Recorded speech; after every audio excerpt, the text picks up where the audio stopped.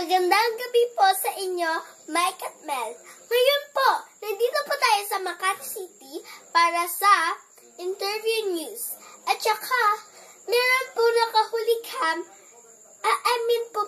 yung scooper, na yung kapitbahay nila hindi makahinga. Kaya nandito po tayo ngayon para umaregla sa kanya.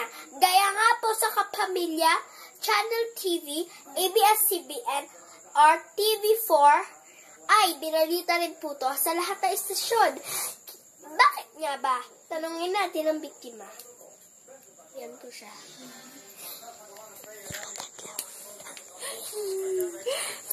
Evelyn, ba't ka sinisipan at saka hindi ka makahinga? Dugay na rin eh. Okay, sige.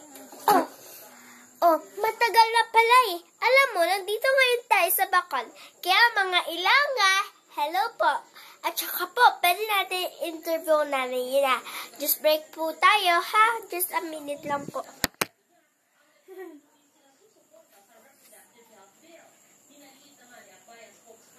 Nulain naman.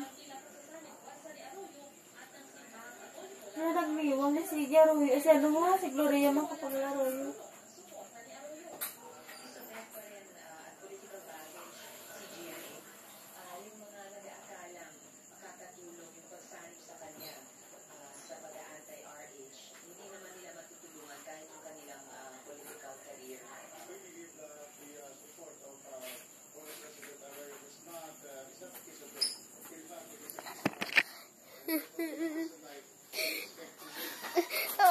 Wala yung natin ni Evelyn.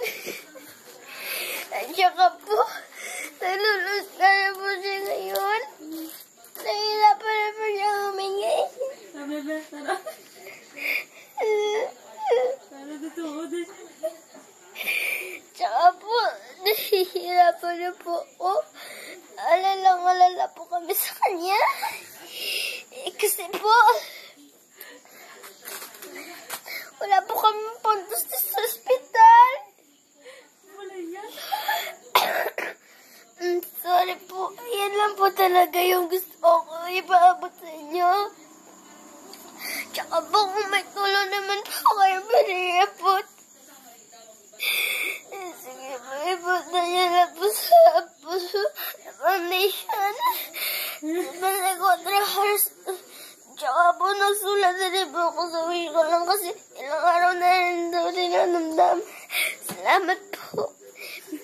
Dubuha ka wala tayo. At yan po ang latest news natin ngayon. Salamat po. Ako nga po pala si Tricia Zapra. Nakatutok sa 24 oras.